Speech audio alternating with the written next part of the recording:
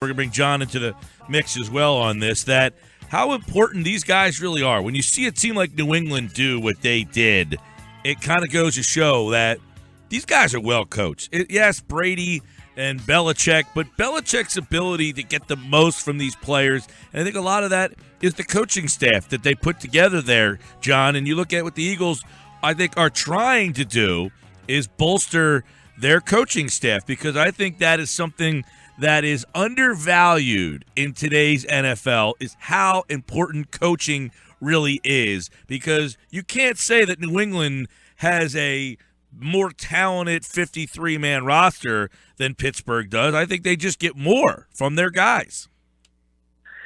Yeah, you're right. They do. But the problem is, and I wrote about it today on FRS NFL, the biggest chasm in sports might be between Bill Belichick as the best coach in football and number two, because it's different worlds. And a lot of it has to do with Belichick's philosophy that for some reason in a league which everyone always calls a copycat league, it's become a cliche, nobody copies the best coach in the game.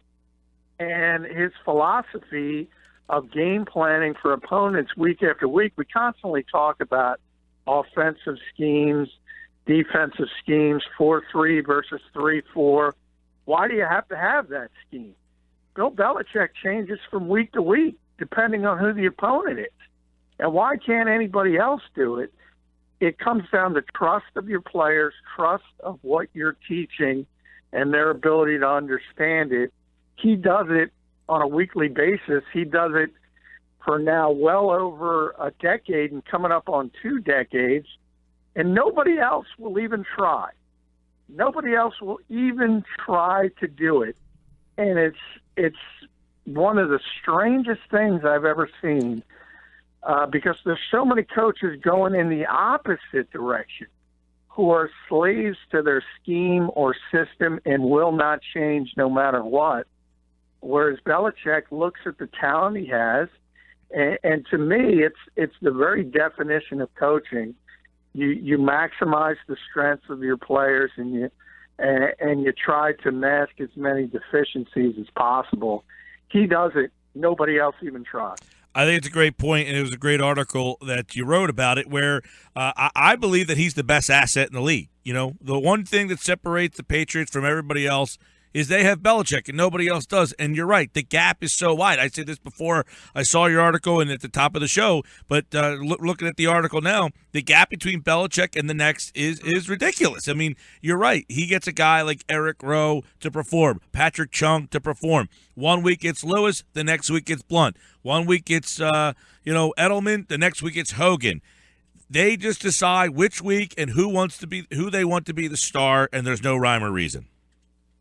Yeah, and I'll go one further. Now, I don't want to dismiss Tom Brady in this equation, because he is one of the best, if not the best quarterback of all time, certainly in the top 3.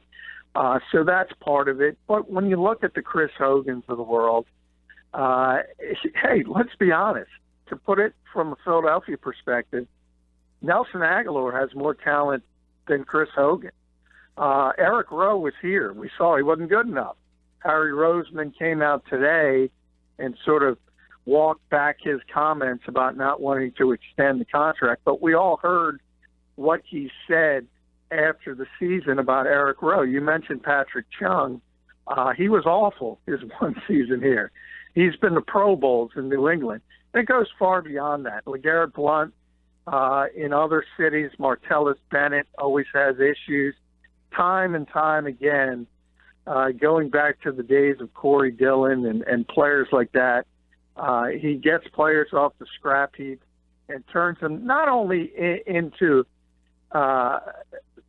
okay contributors, but guys who can win football games. And I said, you know, as you move forward to the Super Bowl, you don't know who's going to be the star for New England. It might be Michael Floyd, who was a healthy scratch yesterday. That's how varied his philosophy, his scheme is. If he sees something in the Atlanta Falcons defense that he thinks Michael Floyd can take advantage of, he'll be up and he'll be throwing him the football. There's no question about that. And when I saw that he was out yesterday, I thought the same thing. I laughed. I said, he won't play this week, and he'll win the MVP of the Super Bowl somehow, this guy. That's just the way they operate over there. But I agree with you. You don't want to downplay Brady. In your opinion, put him into some sort of historical reference for the people out there who have some debate on his greatness. Well, if you have some debate on his greatness, you don't understand this game. Yesterday was I believe the 11th championship game appearance for Tom Brady, which is more than 27 teams in the NFL. It was the sixth straight in the era of free agency where things changed so drastically from year to year. He'll be playing in his seventh Super Bowl, the most all time. If he wins it, it'll be 5, the most all time. People call him a system quarterback, his detractors, because he doesn't have a lot of mobility skills, certainly at age 39. He's not a system quarterback. He is the system. And his ability to move the football around, as you mentioned with Chris Hogan. We all watched Julio Jones earlier in the day and were in awe, and you should be. That's the best wide receiver in football. Absolutely dominating the Green Bay Packers. He's a physical freak. He goes for 180 yards. Then we turn on the game at night. Chris Hogan goes for 180 yards. Chris Hogan, I'll say it again, does the same thing as Julio Jones. It's astonishing. John McMullen with us here on the Sports Bash on 97.3 ESPN. So Mike put a poll up earlier, and we've talked about it back and forth. Pick one for your favorite NFL team. Who's more important to the Patriots' success, Tom Brady or Bill Belichick? So with that in mind, which one, if you had the team, would you pick, John McMullen? Well, it's always the quarterback because talent trumps everything in the NFL. But it's 1 and 1A. Belichick means if Tom Brady's in a different situation, he's still going to be great.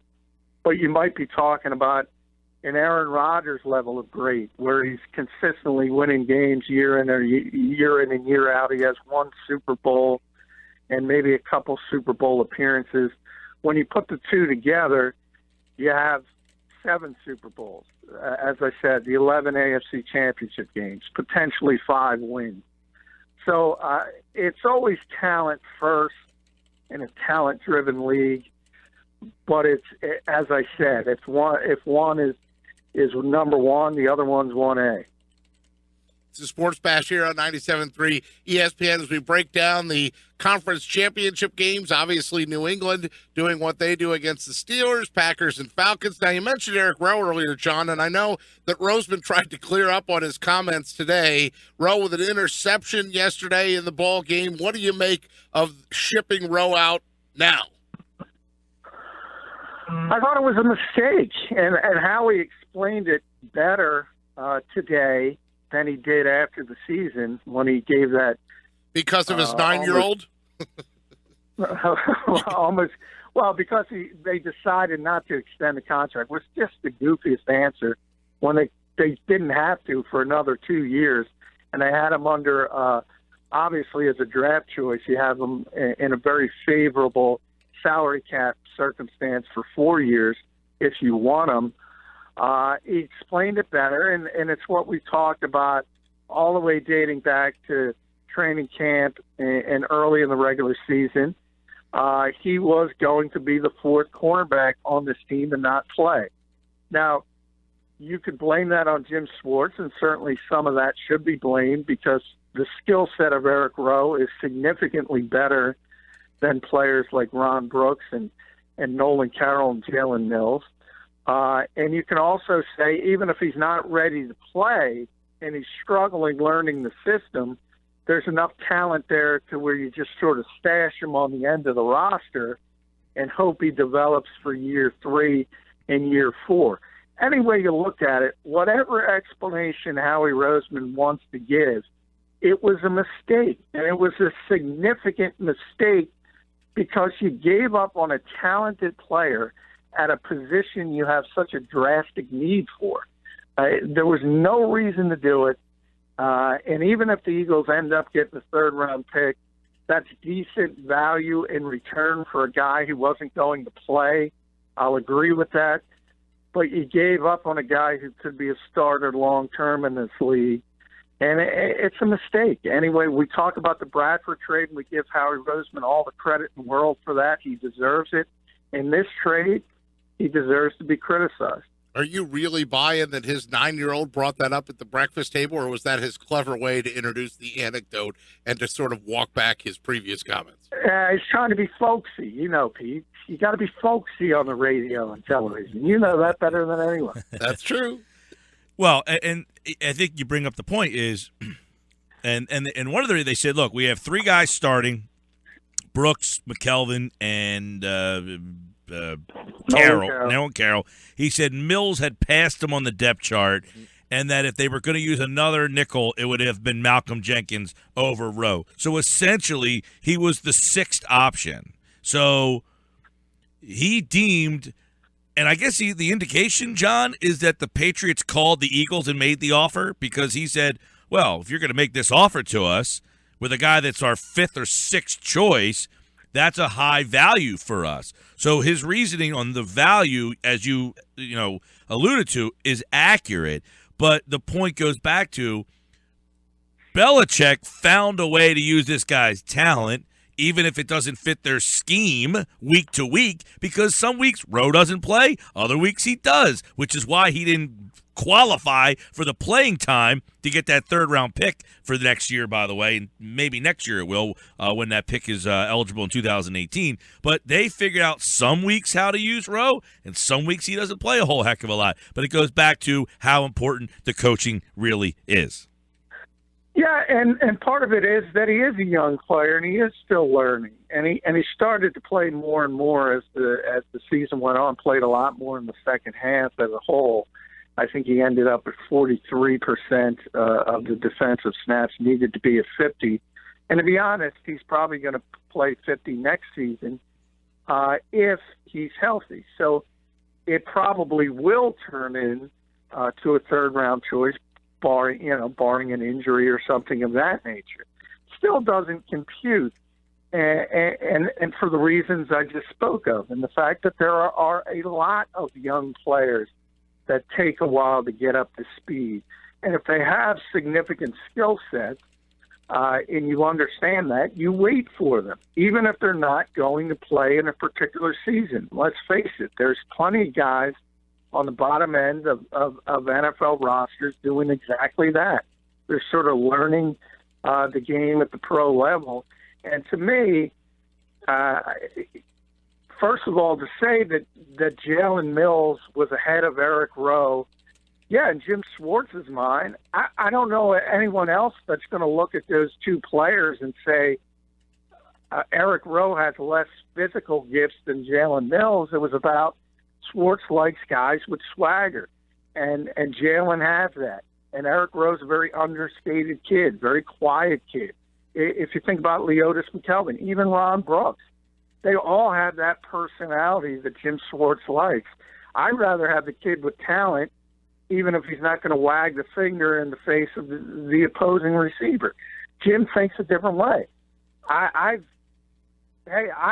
lauded Jim Schwartz for most of this season. But in that particular instance, I have no problem criticizing him because he's just dead wrong. And you saw it play out over the season. The Eagles' cornerbacks weren't good enough. And if Eric Rowe was here, he would have slowly overcome that thought process just from his physical gifts, and he would have been on the field a lot in the second half of the season because he's a better option.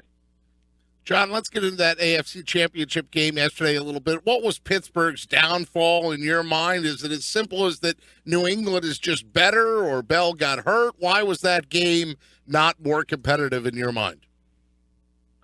Well, New England is better. Bell got hurt. That didn't obviously help them.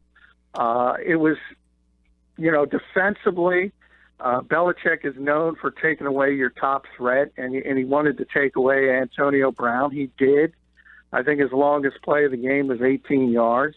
And then Bell, Pittsburgh's more equipped to handle that than most, but Bell got hurt, so that trended in the Patriots' direction. Then offensively, it was about the tempo. We always talk about Bill Belichick, how much respect he has for Chip Kelly. You saw that on how New England opened the game. It was tempo, tempo, tempo. Pittsburgh, for some odd reason, wasn't ready for it, and they were dragging. Mike Tomlin, at his core, his NFL DNA, so to speak, is a Tampa 2 guy. And when you get punched in the face, you tend to go back to that DNA, and he played a lot of zone coverage. And at one point, they dropped 9 guys into coverage, and there were receivers still open because the Steelers' secondary is very young, very inexperienced. They made a lot of mistakes, and it was just a difficult environment, and it all fell apart. But there were no adjustments. And that's where I go back to what we were talking about at the beginning of the conversation. You know, if things aren't going Bill Belichick's way, he's going to change things. Tomlin, who's, by the way, in the conversation, and deservedly so, for being the second best coach in this league, that tells you the gap between the two of them. Because one just sat there and said, basically, not literally, but in a figurative sense, I don't know what to do. And that sums up this league and how far ahead of the game Bill Belichick is. John McMullen's with us. Real quick on Pittsburgh, too. They have the ball on the 1 yard line. Yes, they can't get in. I always am one of those believers that if you can't get that yard, you're not good enough to be a Super Bowl team. And it seemed like that was a problem for them the last couple of weeks. Offensively, they couldn't get that yard or that big play when they needed it. Yeah, that was a little strange, too, because the Steelers do have a good offensive line. The Patriots, something else that's so interesting, if you think about where they were last season, arguably they traded their 2 best defensive players, Chandler Jones in the offseason, then Jamie Collins at the trade deadline, and they're still making plays, and the Steelers can't block Branch up front. It's just another example of one of those players you don't think that much about, but Bill Belichick finds a way to maximize what he can do. John, on the NFC side, we'll flip things over to the Packers and the Falcons game. The one thing I take from that game is it looks like it's become pretty readily apparent that the Packers need to get Aaron Rodgers some more help. Would you concur with that? Oh, yeah, I wrote about that after the game. I mean, he has masked. We talk about masking deficiencies. A coach can do it. A quarterback can do it. He's done it for so many years in Green Bay. I don't even think the Packers realize how much he's a crutch for that organization. Because you can look in any NFL game, and the turning point might be, more often than not, it's in the fourth quarter. But it can come in the third quarter. It can come even in the second quarter in a blowout. Rarely do you see it come on the coin toss. And that's where the Green Bay Packers lost the game. To me, they win the toss and defer, which is conventional thinking in the NFL, because you want to bridge the second and third quarters with scores and hopefully get that knockout flow.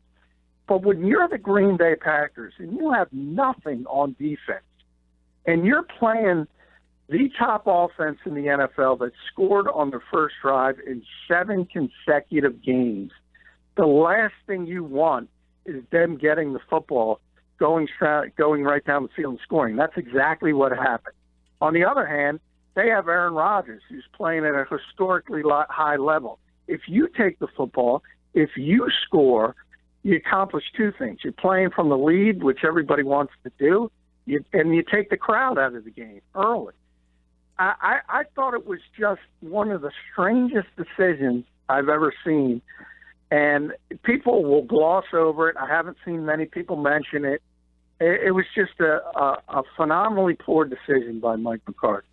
And the interesting part about this is the Falcons didn't play all that well. I mean, so pass protection, some drop passes early in that game, and yet they thoroughly dominated that first half. Yeah, they did. You're right. Especially early, the pass protection was so-so. They had all the drops. I think there were 3 in the first half of the game alone, and they're still going up and down the field, which tells you just how effective they are offensively. And Matt Ryan's going to be the MVP. Julio Jones is the best receiver in football. And then on top of that, you just have great complementary players and Mohamed Sanu and Taylor Gabriel who you know, they're never going to see a double team in their lives with Julio Jones on the field.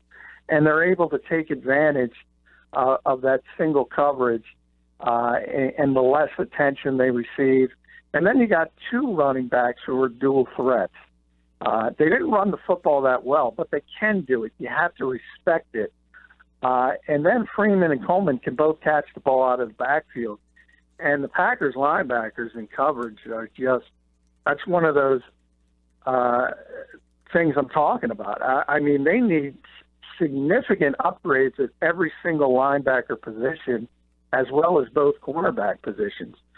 So in a lot of ways, it's amazing Green Bay made it as far as they did, and it speaks to the greatness of Rodgers, but they really, really have to build on that defensive side of the football. Which sequence, John, had a more negative impact on the Packers in the first half? Was it the Mason Crosby missed field goal, or was it Ripkowski getting the ball ripped away from him literally by Jalen Collins?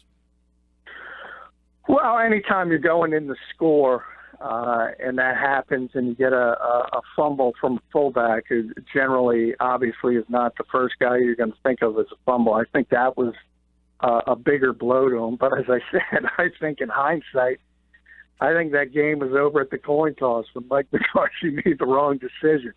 I don't know if they scored and Crosby hits that field goal. Obviously, it keeps them in the game a little bit longer, but there's no way that defense was stopping Matt Ryan and the Falcons. Could Chris Hogan play on another team, or is he just a product? I mean, it's just unbelievable. Now, he was on the Buffalo Bills for years. Right. No one ever heard of him. Signed him. Yeah, and they signed him, and a lot of people in Buffalo laughed, and I don't know why. Because a lot of people in Philadelphia laughed when they signed Patrick Chung after the year he had here.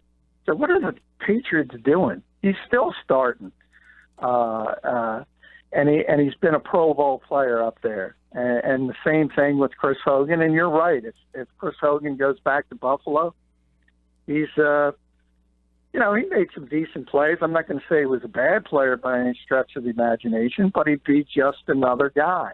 And the Patriots find a way, as I said, to accentuate the strengths of these players.